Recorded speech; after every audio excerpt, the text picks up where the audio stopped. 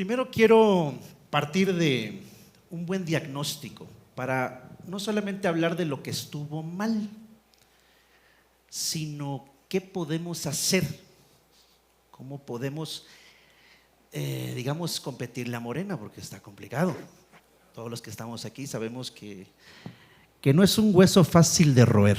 Entonces, vamos a partir primero, y esto para mí es lo más importante de todo, es la desconexión y es la razón por la cual la oposición está en el papel que está, hablando del PAN, hablando del PRI y de cualquier otro partido. Es la desconexión con la realidad. Durante 6 años les voy a contar exactamente cómo fue la película que se contó todos los días.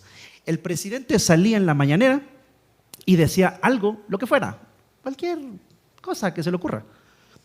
Y en la tarde, todos los líderes de la oposición hablaban de lo que decía el presidente en la mañanera.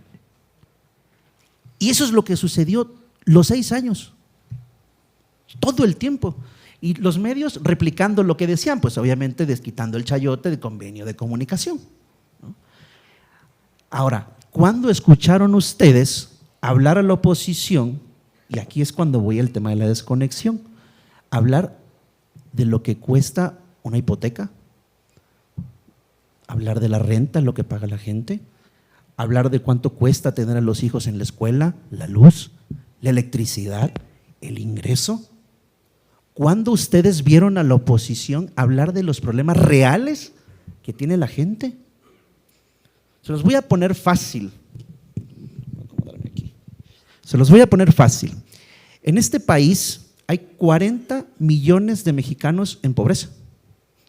¿Cuánto ganan esos 40 millones de mexicanos en pobreza? Por hogar, aproximadamente entre 6 mil, 7 mil pesos mensuales, que aproximadamente son $300, $350. Y de ahí hay otros 30 millones de mexicanos que ganan entre 10 mil y 12 mil pesos al mes para un hogar, aproximadamente unos $650. Yo les voy a hacer una pregunta. ¿Cuántos de los que ustedes están aquí sentados pueden vivir con eso? Ahí está la respuesta. Entonces, si tú te la pasas hablando de lo que dice el presidente en la mañanera, durante 6 años haciendo el mismo ejercicio, pues va a ser complicado que tú te puedas comunicar con 70 millones de votantes. ¿Por qué es complicado? Porque esos 70 millones de votantes, y aquí va una verdad muy cruda, que incluso nos afecta a nosotros, a esos 70 millones de votantes no les interesa el aborto, ni las infancias trans, ni la democracia. Tienen otras prioridades y desafortunadamente no tienen como prioridad nuestros valores o en lo que nosotros creemos. Y para poder comunicarnos con ellos hay que empezar a hablar de los problemas que ellos tienen, que eso fue lo que la oposición nunca quiso. ¿Por qué? Porque para ellos creen que la señora que gana 6 mil pesos al mes, que tiene una niña enferma especial en casa, que el marido se fue, se peló y la dejó como mamá soltera, creen que a esa señora le preocupa la democracia o la división de poderes. Claro que no.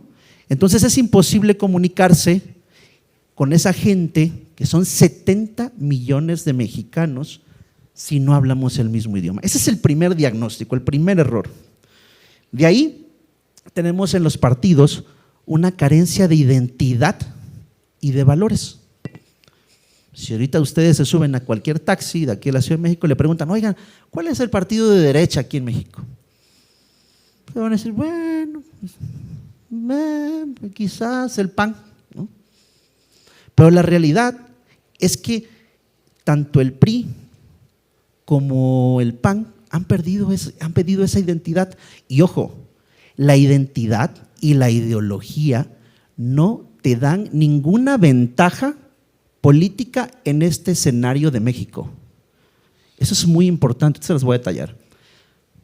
Te puede definir y te puede dar norte de cómo hacer política. Y es importante que lo tengas. ¿Por qué? Les voy a dar un ejemplo. En México, el problema más fuerte que tenemos es la inseguridad. Y es el talón de Aquiles de López Obrador. Si nosotros tenemos valores y principios bien fundamentados, pues vamos a saber cómo entrarle a ese problema. Y aquí en México sabemos que los mexicanos son fans de Nayib Bukele. Y es digamos, la forma en la que él ataca la delincuencia está más asociada a la derecha.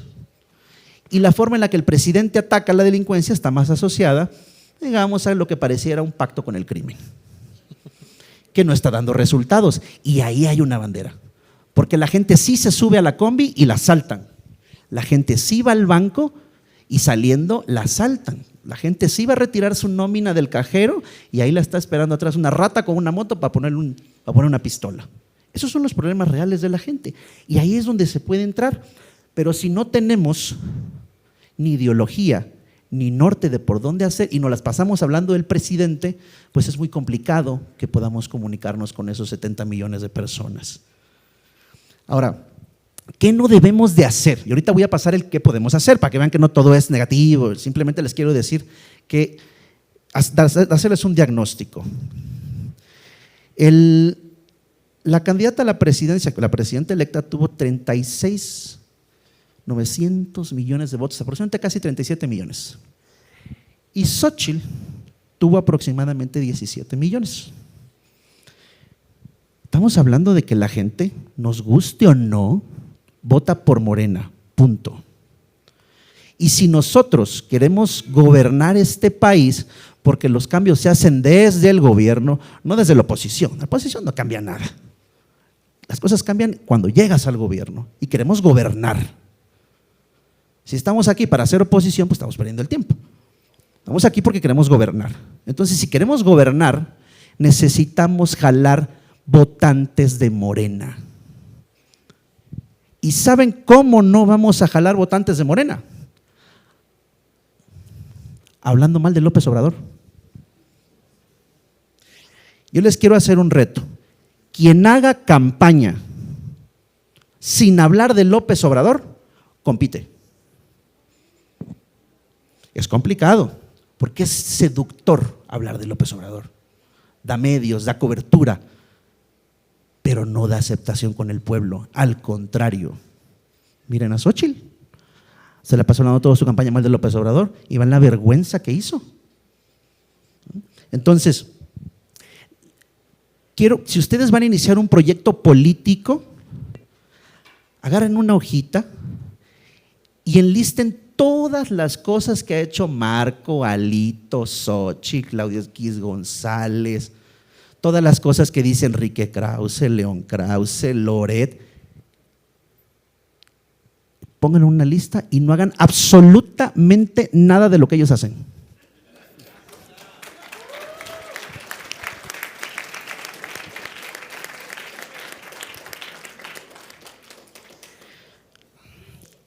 Ahora, ¿qué podemos hacer? Si no podemos hablar de López Obrador, entonces, ¿de quién chingados hablamos? Pues de nosotros, cabrón. Entonces, la primera estrategia es todos los recursos humanos, materiales disponibles, poquitos, muchos, los que quieras, que tengas a la mano, inviértelos en ti. ¿Cuánto cuesta una entrevista, no sé, en Latinos, lo que sea? Cientos de miles de pesos. Inviértelos en ti. Pero no los inviertas hablando mal de López Obrador. Inviértelos hablando bien de tus valores. Muéstrate. Les voy a dar un ejemplo, fácil y sencillo. El problema más grande de México es la inseguridad. Tenemos violadas, asaltados, asesinados, secuestrados, extorsionados, cuánta madre. Si tú te contratas una buena agencia o una productora, documenta todas las gestiones, ayudas económicas, de gubernamentales, cualquier ayuda que tú quieras, a mujeres violadas, a quien los asaltan afuera del banco, a la gente, digamos, que la han extorsionado, a las víctimas de secuestro. Ayúdalos a ellos, documenta eso y súbelo, pero no lo vayas a subir con: estamos aquí con la doñita, una víctima más de López Obrador. No mames. No, cabrón, nos estamos aquí con la doñita. Fíjense que la doñita pasó esto y la estamos ayudando con esto. A ver, doñita, platíquenos. No, fíjese que a mí me asaltaron, hermano. Pones a las víctimas del gobierno en el centro de la conversación. ¿Y quién es el vínculo? Eres tú. Entonces, cuando menos te des cuenta, vas a llegar a una casa de una doñita que te vio en Facebook, que te vio en TikTok, porque ahí se la pasan las doñitas, y vas a entrar y lo primero que vas a ver en su casa es una lona con la carota de López Obrador. ¿Y qué vas a hacer ahí? Vas a voltear para otro lado y tú pasas a la casa y hablas con la doña. ¿En qué le puedo ayudar, jefita?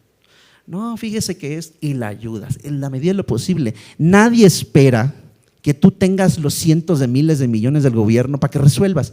No. Ay, fíjate que yo nada más tengo 50,000 para gastarme. Eso. Con que llegues y le ayudes a una señorita que le robaron 1,000 varos, llegas y dices: señorita, aquí le van 500 bolas para que se aliviane del robo, con eso ya chingaste. Pero no lo politices. Hazlo como un bien social y eso te va a ayudar. ¿Y qué va a hacer la doña? Porque el pueblo no es tonto. Te va a decir: yo le he observado a usted y veo que usted no simpatiza con mi presidente. Presidente que yo quiero mucho, porque fíjese que mi esposo se murió y mi hija me dejó a mi nieta y yo ya no puedo trabajar. Entonces ese presidente me avienta con la pensión de adultos mayores 6,000 varitos mensuales. Pero usted también me vino a ayudar. Yo voy a votar por el presidente y por su candidata, pero si usted va para alcalde, yo le voto. Ahí ya chingaste. Ya te ganaste un voto de alguien que necesitas. Y cuando llegue una encuesta para definir quién va a ser el candidato, como tú ya estás posicionado en redes sociales, vas a salir en la encuesta y vas a salir bien posicionado, porque en las mediciones de la encuesta, y quienes están en política aquí sabe que es muy importante la tasa de rechazo que llega a tener un candidato. Entonces vas a salir que la gente que vota por Morena no te rechaza. Y entonces ahí tienes una candidatura competitiva. Ganable, quién sabe, es un pedo eso. Pero competitiva seguro. Y entonces, cuando tienes una candidatura competitiva, es más fácil dar la batalla. Ya tú sabrás si te vas al PRI, al PAN, a MC o hasta Morena. Yo conozco un chingo de gente en Morena que es provida. Es más, el evento en el Senado se dio gracias evidentemente a mucha gente del PAN, pero también a gente de Morena. Si no, no hubieran podido entrar. ¿Cómo iba a entrar Santiago Abascal al Senado? Controlado por Morena. Entonces, para prefinalizar, ¿qué les quiero decir con esto? Aléjense, la segunda estrategia, de todo lo que huela a Loret, Broso, toda esa manada, toda esa fauna. Aléjense. Tampoco los madren,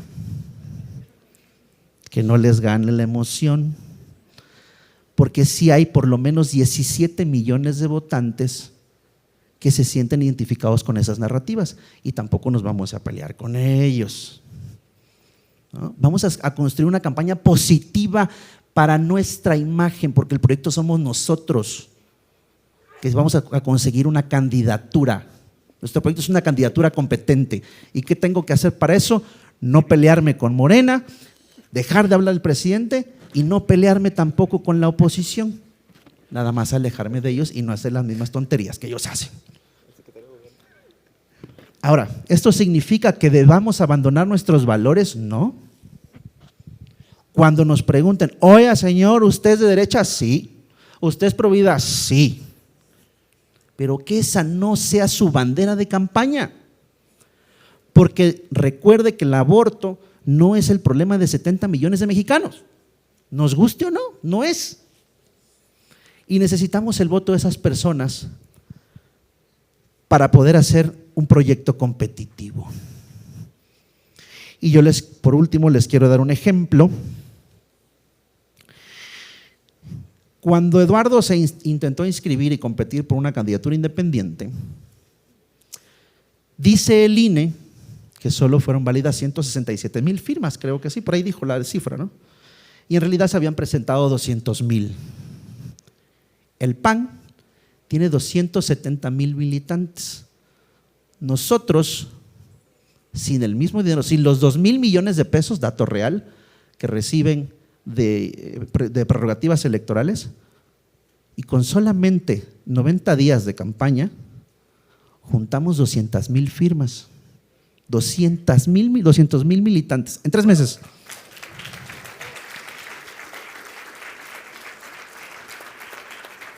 Sin dinero, con los medios en contra, diciendo Eduardo, ya saben, todo, ultraderecha, fascista, todo lo que dice.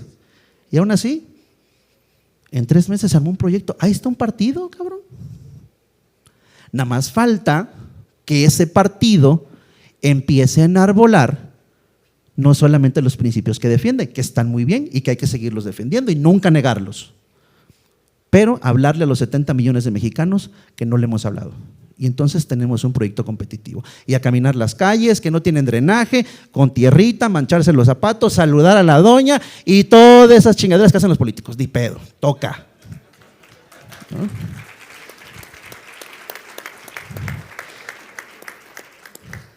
Yo le quiero dar gracias a ustedes por toda su atención. Gracias a Dios por permitirme estar aquí. A mis amigos Christopher, Néstor, Carlos, Ariel, que también están aquí. A Ferdinand, muchas gracias por la invitación. Eduardo, por el espacio. Y a ustedes por su atención. Muchas gracias.